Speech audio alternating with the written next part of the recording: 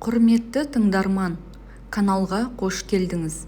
Бүгін де сіздерге өте бір әсерлі, қызықты әңгімемен бөлісемін. Нүкте. Тұншығып демін алар емес. Мына дүние бейне бір оған жат боп қалғандай. Құла түзден пана таппай, Сахараның шөлінде қаталаған байғұстың күйін кешті. Жарықтық әлем дегеніңіз жай бір әшейін дөңгелек тәрізді. Айналып келген шардың бойындағы болмашы даққа ұқсатты ол өзін. Қолын бір сілтеді. Кенет сонадайдан бір сәуле көрінгендей болды. Сәуле дегеніңіз мына жарықтың ең бір керемет шұғыласындай ғой шіркін. Тіршіліктен күдерін үзбен бейбақтың сөнген үміті жылт-жылт етіп түнгі қаламындай жарқырай жөнеледі. Әлгі сәуле алыстай барып өшіп, үстіне суық су құйып жібергендей селк ете қалды. «Я, жоғалшы, мен сені ұмытқанмын» деді де жан-тәнімен айғайлай жөнелді. Оның селсоқ кейпін мына ғаламның бақытты адамдары түсінер ме? Мұң басқан денесін көтере алмай солқ-солқ басады. Жүрісі өнер емес. Ал оның өміріне мән сыйлаған сәуле алыстаған сайын кішкене бір қара нүктеге айналып кете барды. «Мен жынды емеспін» деп жан даусымен айғай салды. Бұл сөздің де түк маңызы қалмаған.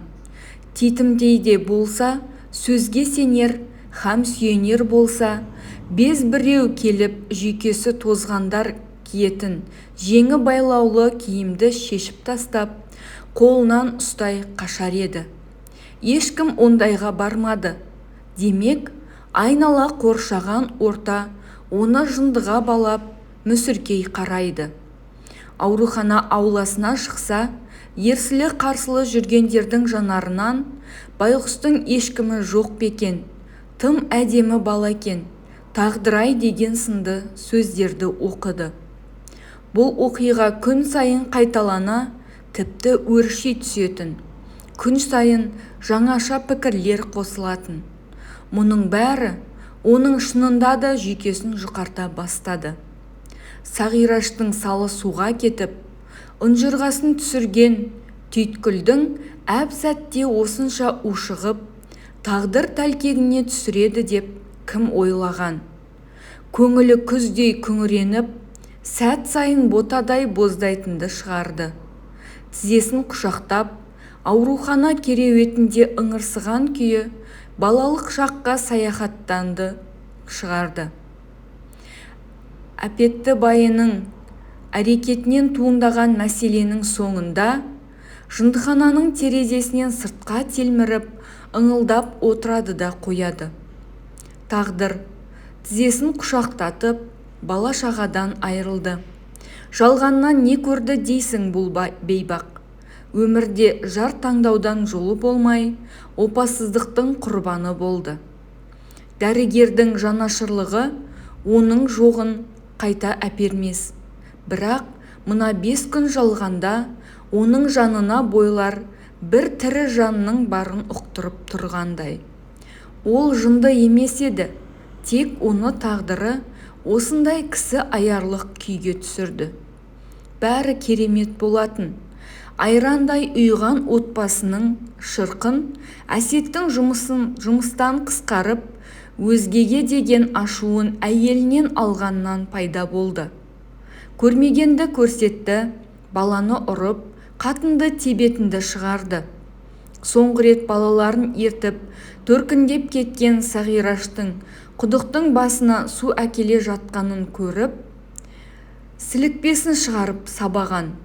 Ит жанды дегенмен әйел байғұста жан керек қой. Сүйегін сүйретіп үйге жетіп, емделіп алды да елден безіп тайып тұрды. Бір айналдырғанды шыр айналдырған тағдыр дегенің қойсын ба? Жұмыс сұрап барғанда жылы шырай танытқан Батима құлдыққа сатты да жіберді. көрген күні құрысын. Бір тілім нан үшін әу баста тәнін сатты.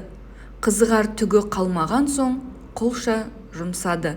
Құдай-ау, мынау Сағираш емес пе?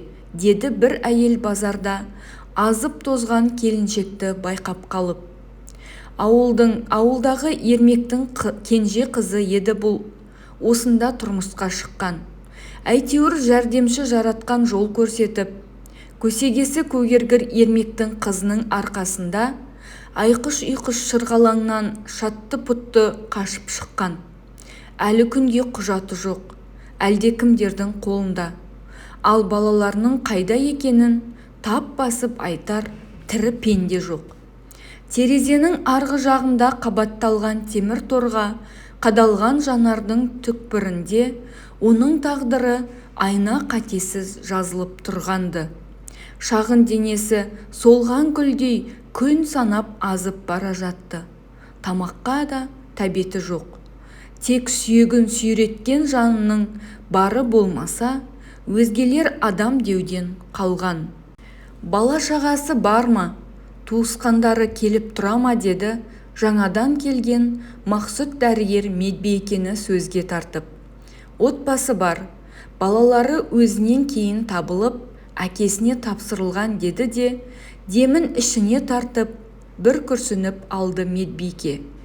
Балалары әлі өсе қоймаған, ал күйеуі менің мұндай жезөкше әйелім жоқ деп бас тартып отыр. Бұрында маңдайынан сипаған емес. Не істесін енді? Қайта үйленіп, отбасын құрған. Қазір ел қатарлы тұрып жатыр. Жұмысы бір ыңғайланған. Қысқа өмір баянды бір ауыз сөзбен жеткізді. Мақсұтты да тағдыр еркелетпеп еді. Көз алдына бұлыңғыр болашақ балалық шағы орала берді. Жатса да, тұрса да, өмірден өткен жарының көшірмесіндей болған Сағираштың бейнесі көз алдында көлбеңдей берген. Әйтпесе қатардағы көп науқастың бірі деп қарар ма еді. Күндіз-түні науқастың жай күйін зерттеді, күн сайын сөйлесуді әдетке айналдырды. Тіпті сәті түскенде аулада өскен гүлдерден жұлып әкеп қолына ұстатып кететін. Сондағы науқас әйелдің көңіл күйінің қаншалықты көтерілгенін көрсеңіз, жанардан тамшы құлап, оның жүрегі езілетін.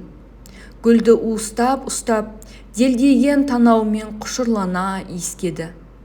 Шіркін, мұндай құрметті 10 жыл отасқан әсеттен де көрмеп еді. Сағираш күн санап құлпыратынды шығарды. Тіпті дәрігер келетін уақытта әдемі көйлегін киіп, үстіне әтір сеуіп дайындалатын. Бастапқыда көзі бақырайып, таңырқай қарайтын келіншек, кейін күлімсіреп, Мақсұттың келуін күтетінді шығарды. Сағираш, ол үнсіз жанарын тіктеп, Мақсұттың нұрланған жүзіне қарады. Өмірге қайта келген жанға деген құрметінен бөлек, бір күн көрмесе сағынатын бір ұшқын сезімді оның жанарынан аңғару қиын еместі. Я, ол жынды емес еді, тек көрмеуі қиын тағдырымен жан бойы мұнтаздай дәрігерге не үшін керек екенін түсінбеді. Ал дәрігерде үн жоқ, бар жоғы есімін айтты да, бірер минут үздігіп қарап, қайта тұрып кетті. Оның жаны жылап, кеудесі күңіренетінін кім сезсін? Жыртық үйдің жамауы бар, тағдыр таяқтаған екен деп, тұтас адамзат баласы Сағираштан көшін аулақ сала алмас. Жақсылық пен жамандық, ақ пен қара тұратын мына өмірде Мақсұттың мәңгілік махаббаты қайта оянды.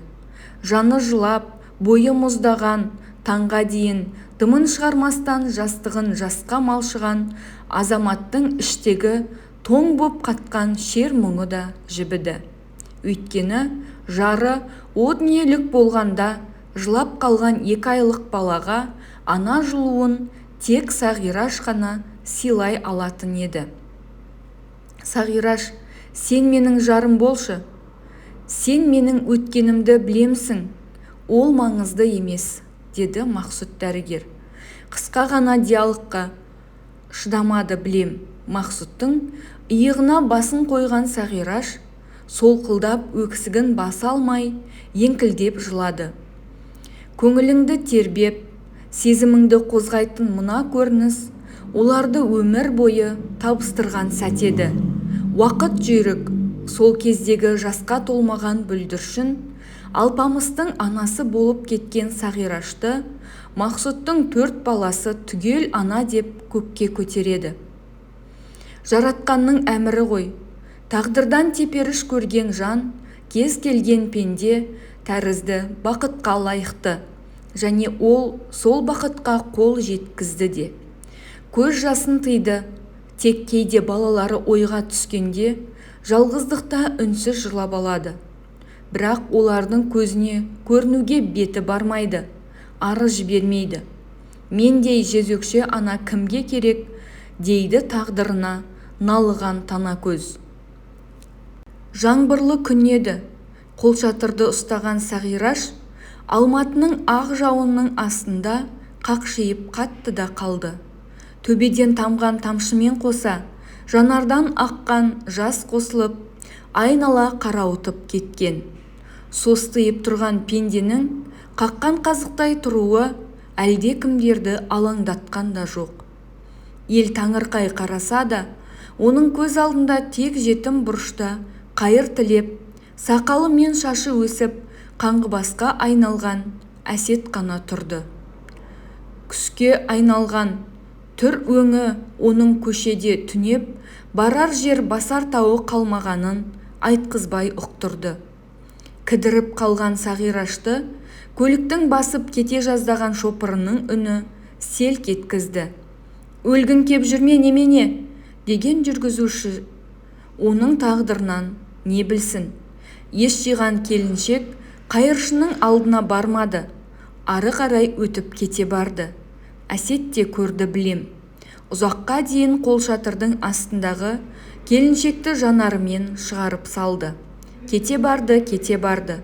Алыстаған сайын Сағираш қаңғыбастың көз алдында алыста қарайған нүктеге айналып қала берді. Бір өкініш, бір үміт, бір адамның тағдырына жасаған жамандығы осылай алдына келді.